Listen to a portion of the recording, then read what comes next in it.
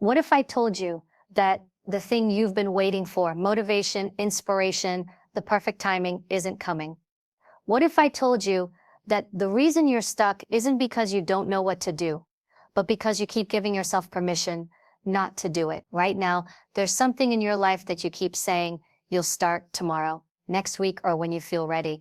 And here's the truth you don't want to hear. Tomorrow doesn't exist. Next week doesn't exist. And ready never comes.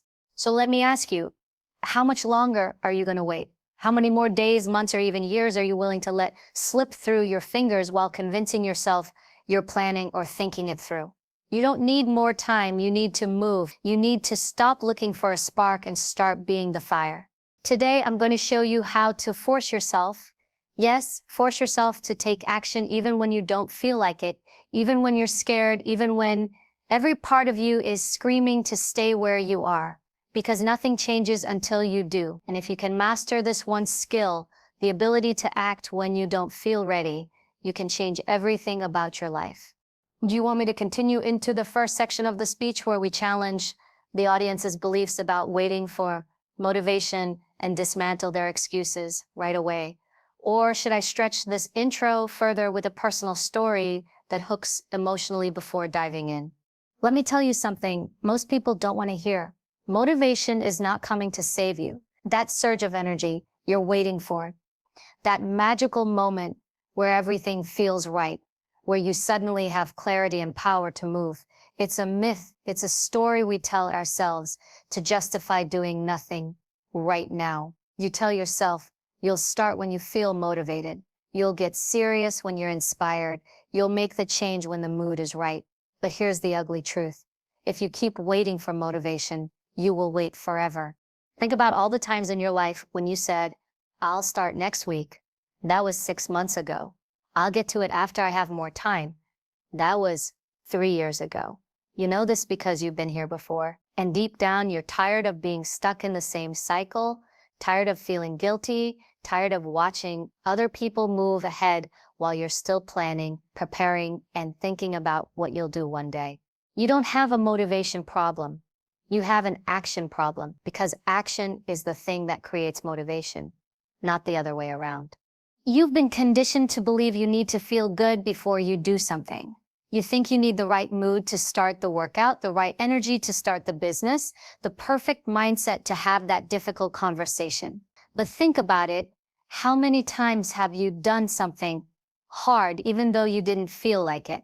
Waking up early when you were exhausted, going to work when you wanted to stay in bed, helping someone when you didn't have the time. You didn't wait to feel good in those moments. You just did it. And that's exactly how progress is built. The difference between the people who build the life they want and the people who stay stuck isn't talent or luck or even resources. It's their ability to act, even when they don't feel like it. They understand that waiting to feel ready is a trap. If you're waiting for motivation, you're giving away your power. You're letting your mood dictate your destiny. And that is a dangerous way to live, because moods change, feelings fluctuate, and most of the time they'll talk you out of doing the very thing that could change your life. Here's the harsh reality. You're never going to wake up one day and suddenly want to do all the hard things you've been avoiding. It's not going to feel comfortable. It's not going to feel easy. The brain is designed to protect you from discomfort, to pull you back into what feels safe and familiar. That's why it tells you, start tomorrow. You deserve a break. You're too tired. Just wait until you feel more ready. That voice is not your friend. It's your comfort zone, and it's stealing your future from you. Every single thing you want in your life is sitting on the other side of action, not inspiration. Want to get healthier? You don't need to feel like working out. You need to get up and move your body. Want to build that business? You don't need to wait for the big idea. You need to start with what you have. Want to change your relationships? You don't need to wait for the right time. You need to have the conversation today. Every step you take, even the smallest one, builds momentum. And momentum is what creates motivation. Think about it like this. When you push a heavy car, it feels impossible to move at first. You put your hands on it, and you're straining, sweating, and nothing seems to happen. But if you keep pushing just an inch, then another, slowly it starts to roll, and once it's moving, it gets easier. That's how action works. It's hard at first because you're breaking inertia, but once you start, your brain starts to adjust. You see progress, you feel proud. That feeling, pride, accomplishment, power, that's the motivation you were waiting for. And you only get it by moving first. So what do? You stop making action negotiable. You stop asking yourself, do I feel like it? Because the answer will almost always be no. You act first. You let your feelings catch up later. You teach yourself to follow through because you said you would, not because you feel good about it. This is how discipline is built. Discipline is doing what needs to be done, especially when you don't want to. And discipline is the foundation of freedom. It's what allows you to create the life you want, instead of being at the mercy of fleeting moods. Start noticing how often you're using motivation as an excuse. How often do you say, I just need to get in the mood? No, you don't. You need to take the first step, 5 minutes, one call, one email, one workout. That's it. 5 minutes of action can destroy hours of procrastination. Because once you start, your brain realizes this isn't so bad and you build momentum. Here's something you need to burn into your mind. Action fuels emotion. Movement changes your mindset. Waiting drains it. You cannot think your way into doing. You must do your way into thinking differently. If you sit and wait to feel inspired, days will pass, then weeks, then months. And before you know it, you'll be in the exact same spot, wondering why nothing has changed. Nothing changes because you haven't changed.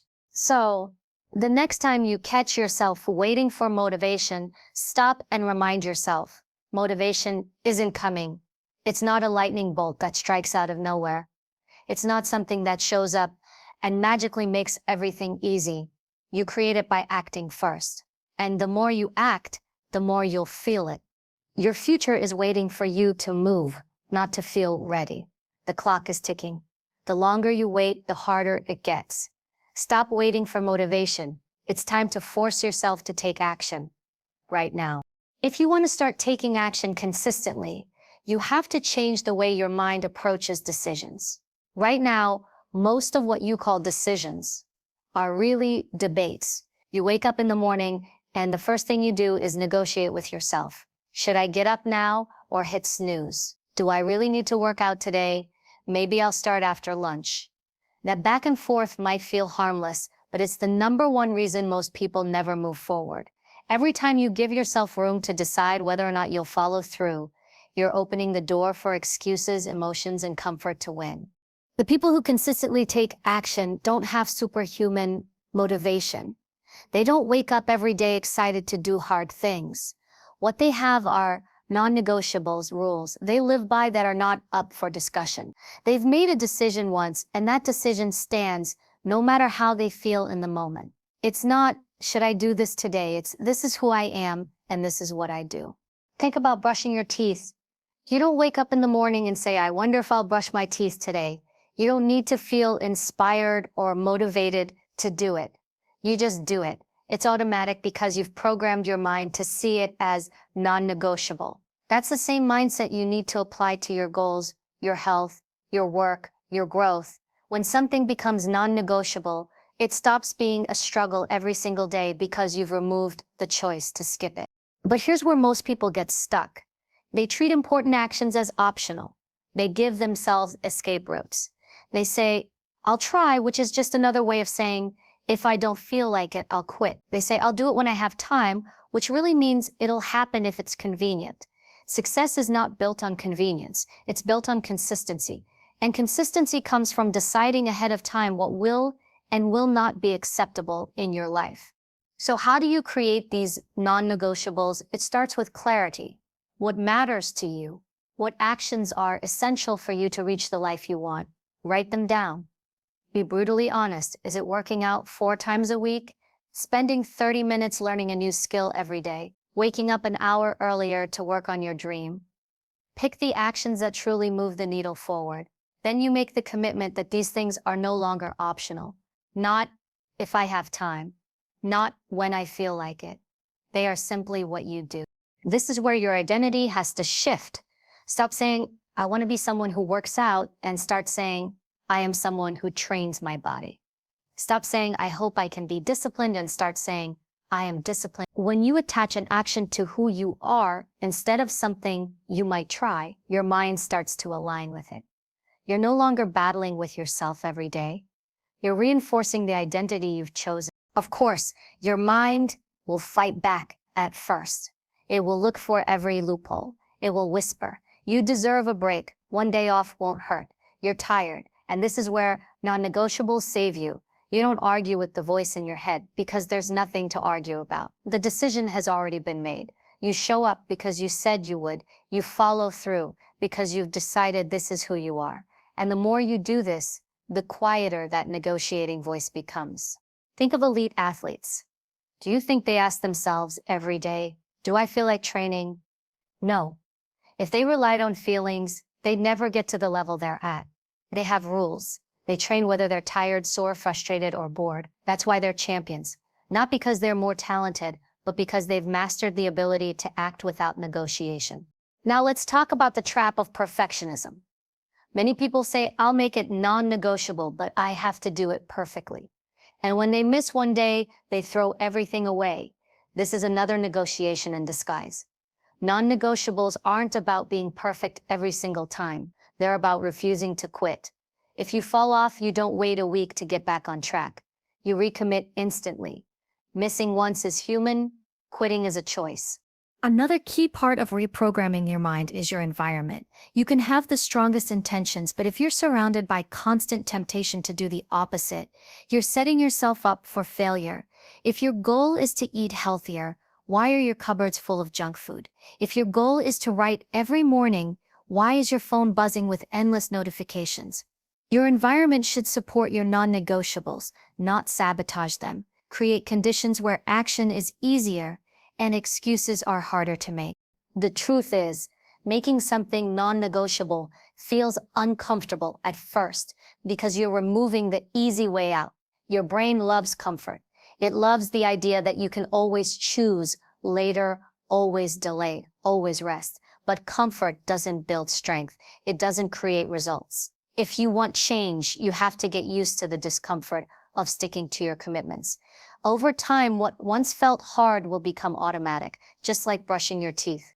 There's a quote that says, discipline is remembering what you want. Your non-negotiables are simply your way of remembering what matters every single day.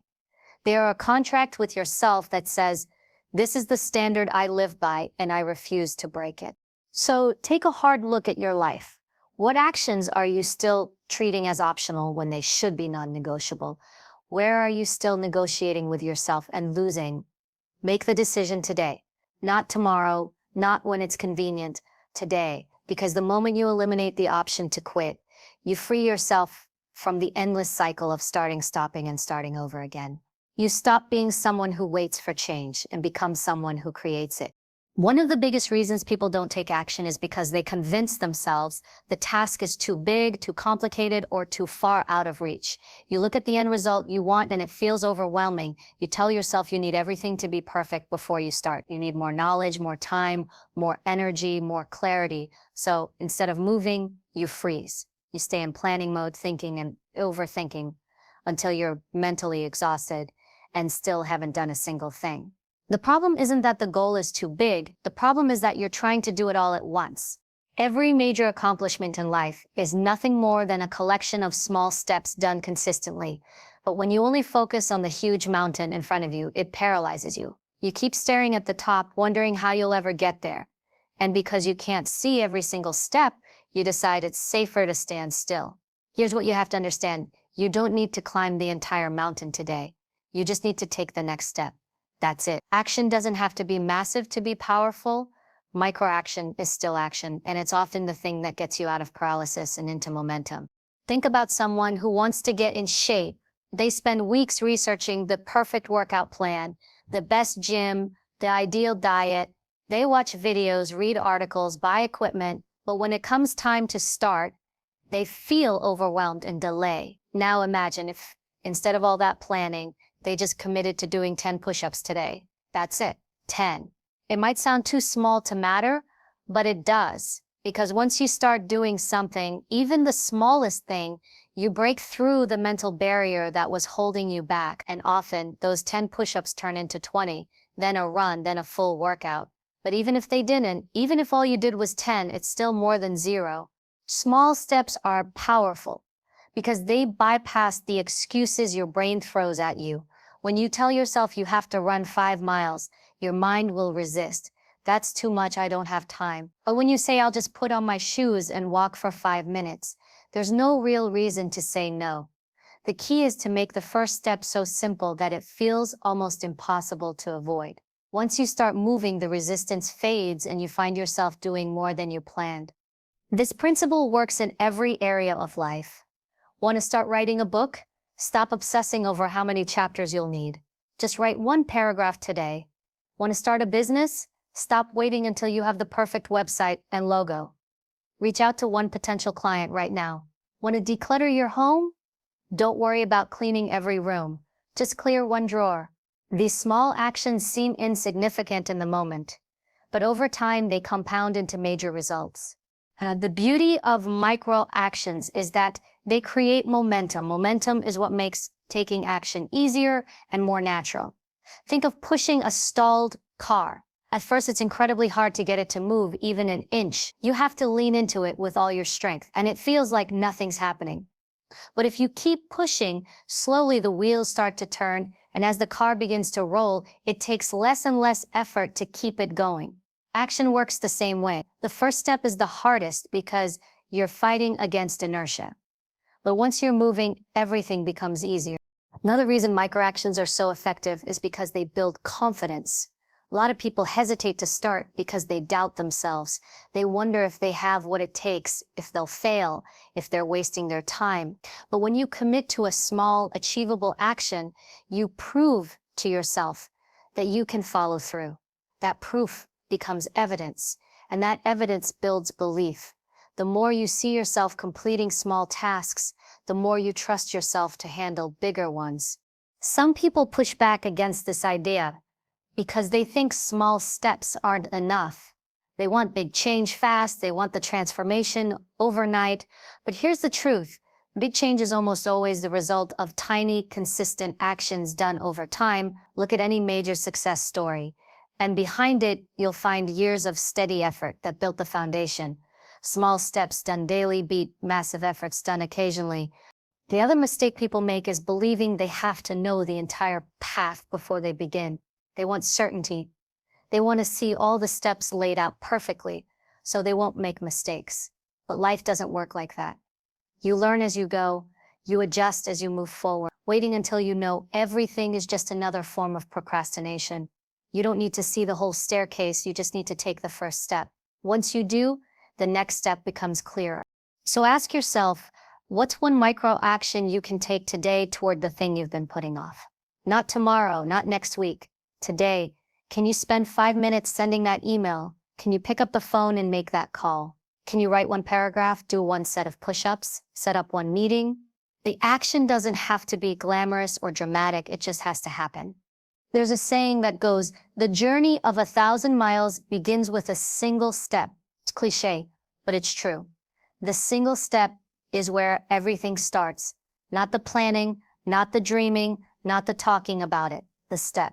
The reason so many people never reach their goals is because they never even take that first step. They're too busy waiting for the perfect time, the perfect plan, the perfect conditions. And while they wait, their dreams stay exactly where they are, in their head. Taking microactions does more than just move you forward. It kills fear. Fear thrives in stillness.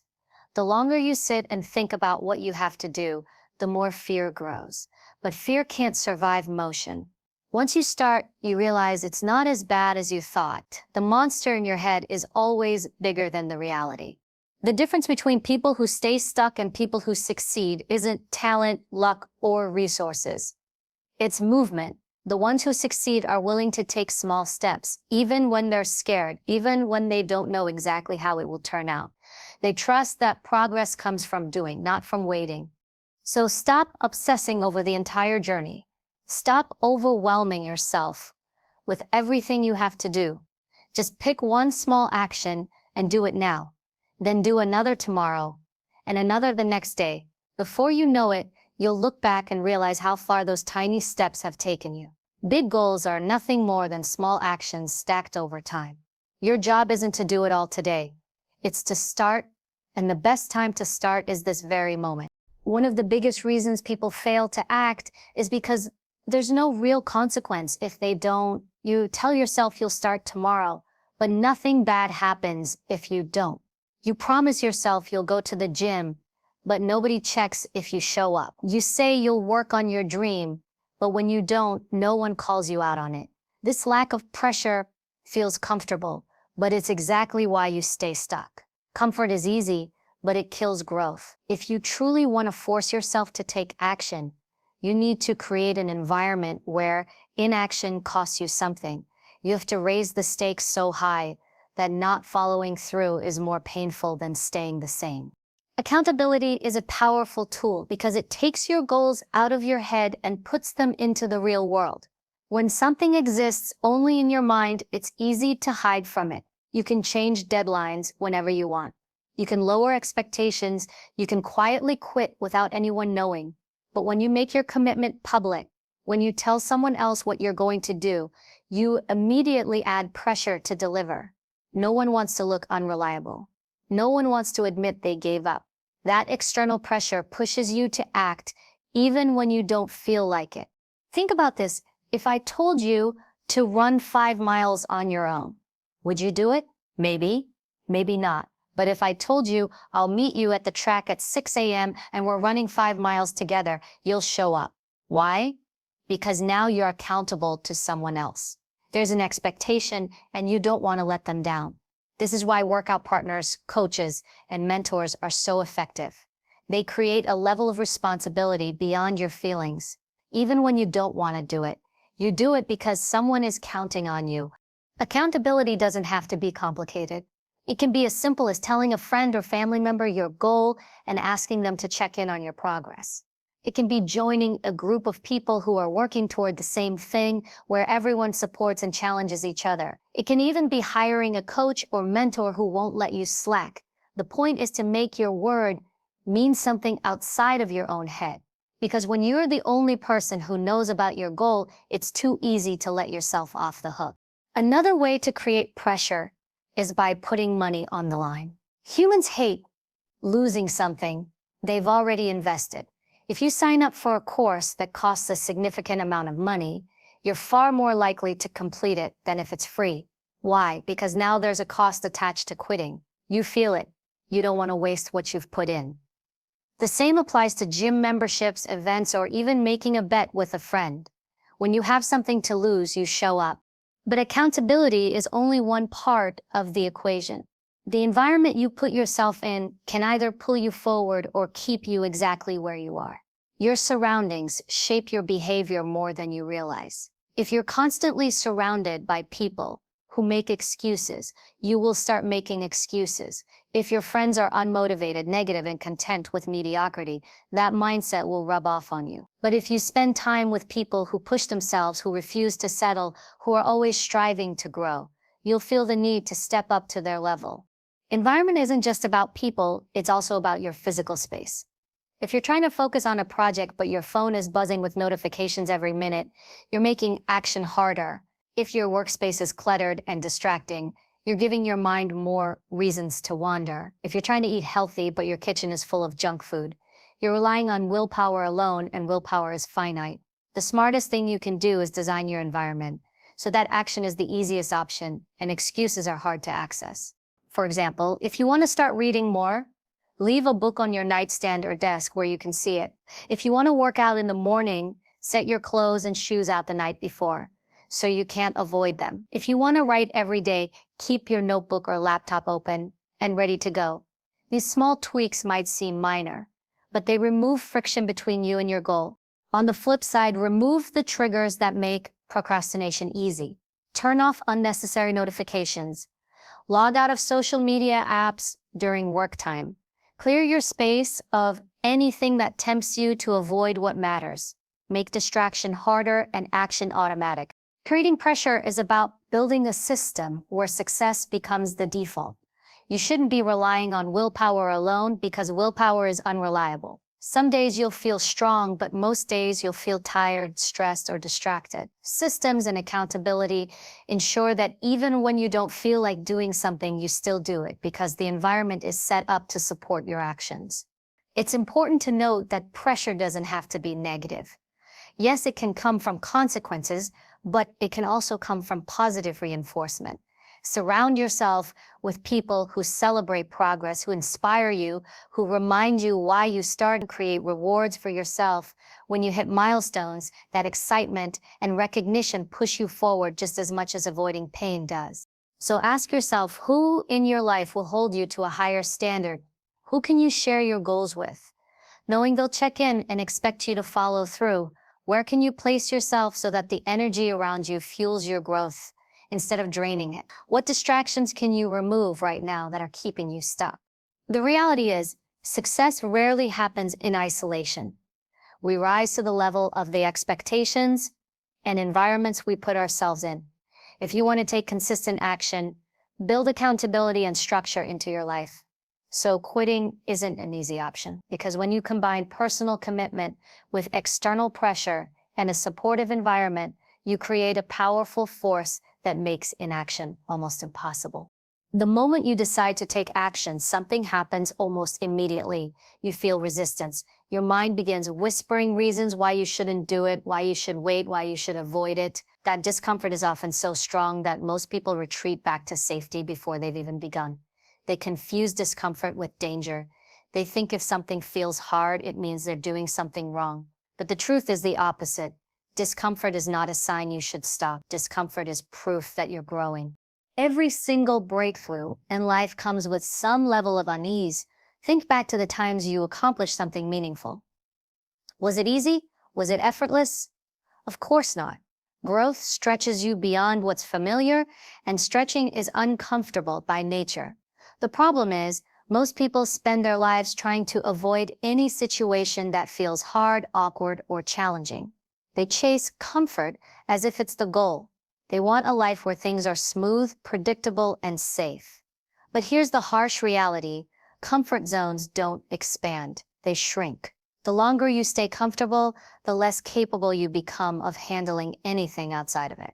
Taking action will almost always feel hard at first, because your mind is wired to protect you from pain and uncertainty. It sees change as a potential threat, even when that change is good for you. That's why starting the workout feels exhausting, making the phone call feels scary, speaking up in a meeting feels intimidating. Your brain is simply trying to pull you back to what's familiar, because familiar equals safe, but safe rarely equals fulfilled. If you want to force yourself to take action, you have to stop waiting for the moment when it feels easy, because that moment never comes. What you need is to build the ability to act while it feels uncomfortable. Not after you've psyched yourself up, not after you've eliminated all fear, but right now in the middle of the resistance. That's where real growth happens. Think of a time you worked out after a long break. The first day probably felt terrible. Your body protested, your muscles ached, you wanted to quit. But if you pushed through and came back the next day, and the next, something happened, it started getting easier, not because the exercises became less effective, but because you got stronger. Action is like a muscle. The more you use it, the stronger it becomes, and the less intimidating discomfort feels. One of the most powerful mindset shifts you can make is learning to see discomfort as feedback, not as a stop sign. It's telling you you're on the edge of growth. It's showing you that you're doing something different, something that matters. Instead of resisting it, lean into it. Ask yourself, what is this discomfort trying to teach me? Sometimes it's teaching resilience. Sometimes it's simply teaching you how to start even when you're scared.